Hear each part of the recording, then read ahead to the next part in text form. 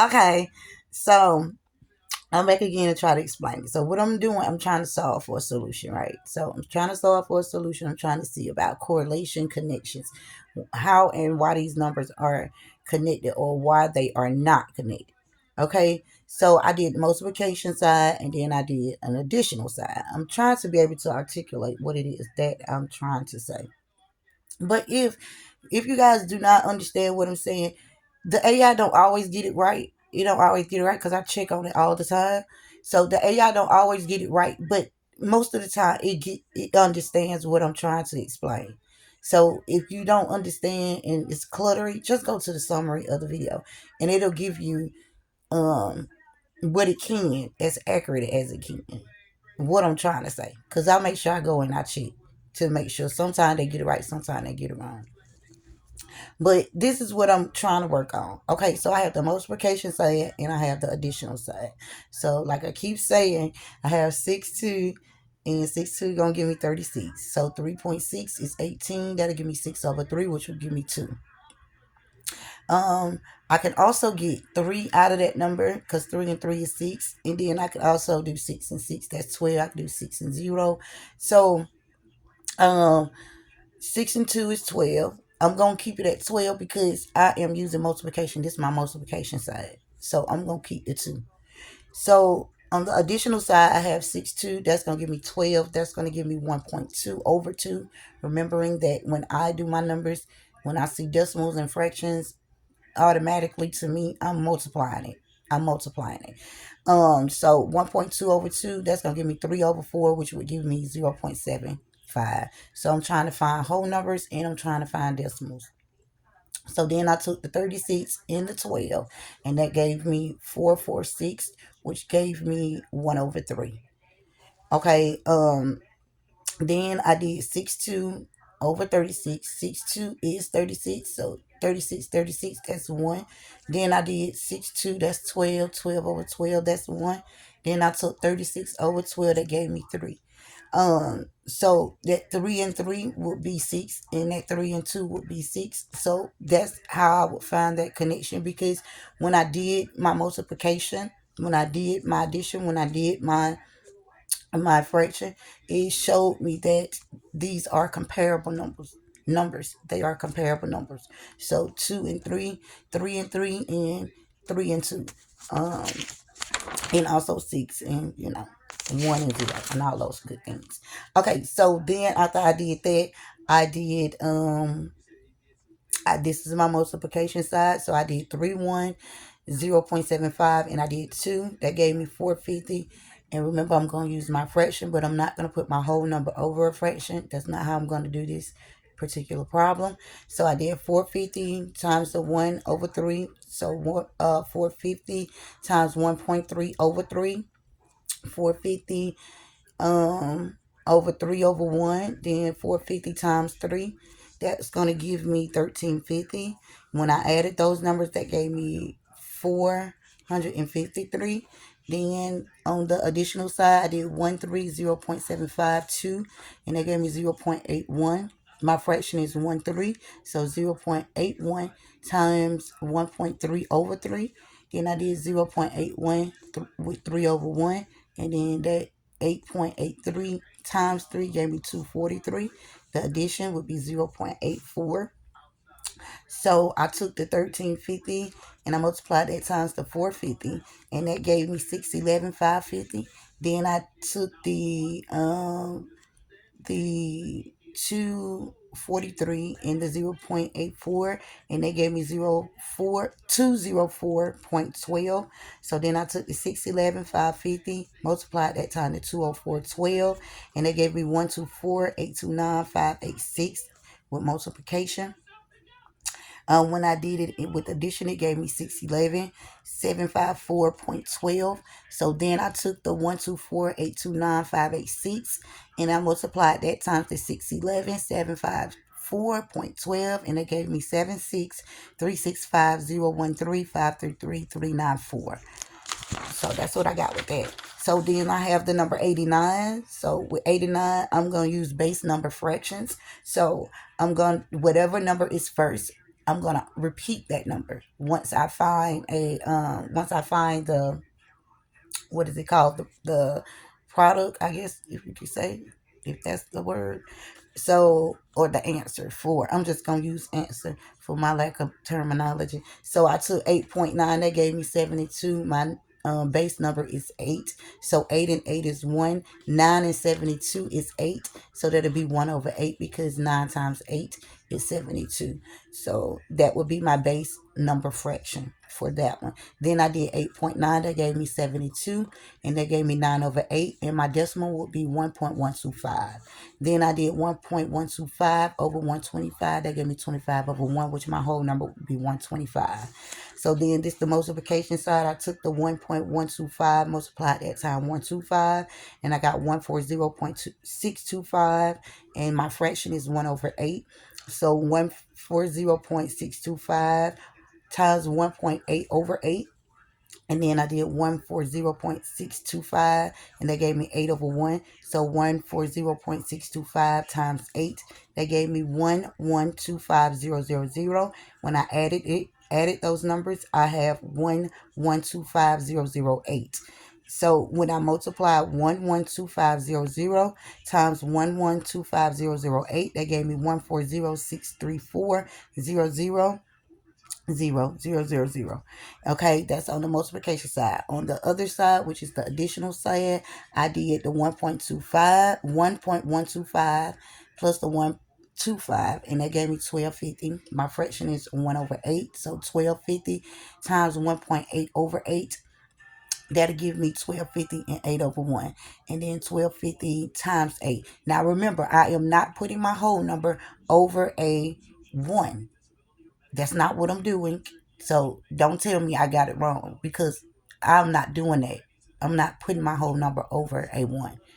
Okay, so I got my 1250 times 1.8 over 8, and then I have 1250 um and 8 over 1. So 1250 times 8, that'll give me 1000000, and that's with multiplication. And then with addition, it'll give me 1258. So 10,000 times 1258 will give me 12,580,000. So I took the 140,634,000, and I multiplied that times the 12,580,000, and it gave me 1.769177 to the letter E plus 18. So that'll be a positive electromagnetic field force energy. It'll be a pulsation. You can use it as a wave. You can use it as direction. Now, based upon whatever you're using it for, then you get to determine that. Okay, so it'll be positive 18. I did not come up with any negatives, and that's what I'm trying to work on too, because I think that you're gonna need um the negative and the positive side to get accuracy. So mine was the positive 18 with that one. Then I have the decimal, and this is how I did the decimal. Okay, so I had 1.23 over 23, and then that gave me 23 over 1, and then that gave me 23 as a whole. Now how I determined my fraction, I mean my decimal, I did 6 and 3. So I added and multiplied. So 2 and 3 is 6, and 2 and 3 is 5, so that's 6 over 5, which will give me 1.2 as a decimal. Then I went back to the base number fraction. Remember that that first number is always repetitive once you have found a product or an answer for your 6 5. So 6 5 is 30, and then I put 6, and 6 and 6 is 1, and 5 and 30 is 6, so that give me 1 over 6. That would be my base fraction for that one. And I did the same exact steps for that one. I did the same exact steps for that one that I did for the previous ones. So then I came to the number 0.3. Now these numbers are just random numbers that I chose. Instead of writing the X in the sink and all of this stuff, I just put numbers in those spaces. I can't even get it out. In those spaces. So I just put numbers there. So, and they just random numbers. So then I have 0.3. Now I know with zero point 0.3, I'm going to have 0 or 1. 1 and 0 is interchangeable. Um, it wouldn't really, to me, I don't think that it would really make too much of a difference. But like I keep saying, depending on what it is that what you are using, what you trying to find.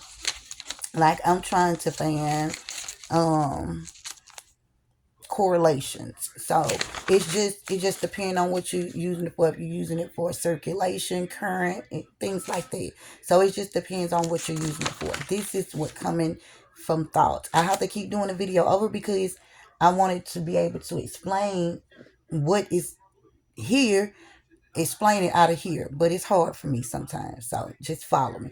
Okay, just follow me. Just follow me here. Okay, so then I have my fractions. I have 1 over 2, 1 over 3, 125. So I take those numbers I added to give me 3.75. I take 3.75 and give me 225. That's 75 over 3, which give me 25 as a whole. Then I want to find my base number fraction. Remembering that 3 is first, I always revert back to 3 after I find my answer or my product. So I have 3.75, that give me 225 and 3. So 3 and 3 is 1, and 75 and 225, that'll give me 3. So 1 over 3 will be my fraction because 75 times 3 is 225. Okay, then I have the 1 over 3, and the 1 over 3, it gives me 0.33 or 0.30. 3, the 0.33 is going to be continual, and I still use strategies from school. They say if it's 5 and higher, you can go up. If it's not, go down. So instead of, or it say keep it, but I drop it and make it a 0. That's what I do. I drop it and make it a 0. No need to keep just doing that. Or you can take all of those numbers, you can add those numbers, and then also find another solution. So, but I did the 0.30. That's my decimal. The beginning decimal was 0.33, but I just made it 0.30 on that one. Then I did the same exact steps that I did for that one. I did the same exact thing. The same exact thing. Um then I'm not gonna have time to probably explain this. So I got 6 2. That'll give me 124 829 586 times the 89. And for the addition, it'll give me 6 2, and that will give me 611 754.12 times the 89. So I replace the 89 with what I got in my problem. So that'll be 6 2 is equal to 124 829 586, and that get times 14063400000, and then I added it. This was my addition. 6 2 is equal to 611 754.12, and that gave me 12 580 000. Okay, then what I did, I took the 14063400000, and I multiplied that times 12 580. Remember that number, 12 580 000, and that gave me 1.7617572. Oh, that was the same one from the other part from the beginning. Okay, so then I have now I have 76 365 013 533 times 1.76917572 positive 18.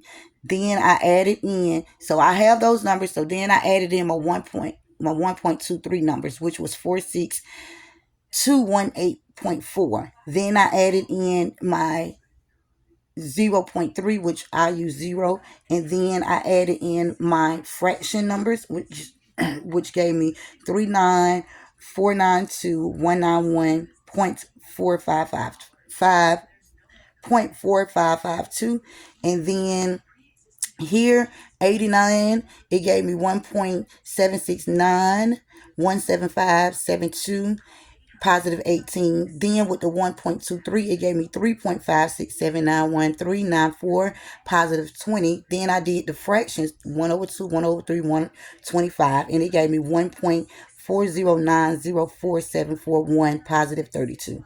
So with those particular solutions, I did come up with those positives, but I want to be able to um, go back, and I'm gonna always go back and check my work, because sometimes, I may be a number off or so, but that's okay. The whole purpose of this is for me to be able to relate what is here out of here, and understand it. Like, not just be able to speak it, but be able to understand what is what is the causation of it, or the correlation and things like that. Y'all know what I'm trying to say. Y'all know what I'm trying to say. So that's all I have. Hopefully, once you might have to listen to it a couple of times, but that's fine. Uh, if it is something that's interesting, just let me know.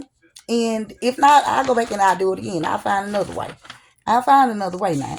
But I am comfortable with this way. It makes sense to me. That's the way that it's coming through. So um, if it's useful, let me know. If not, then I'll see if anything else arises. If not, then that's okay.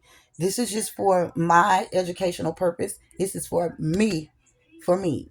I'm not saying that I got it right, and I'm not telling you to just, throw away what you already have. No.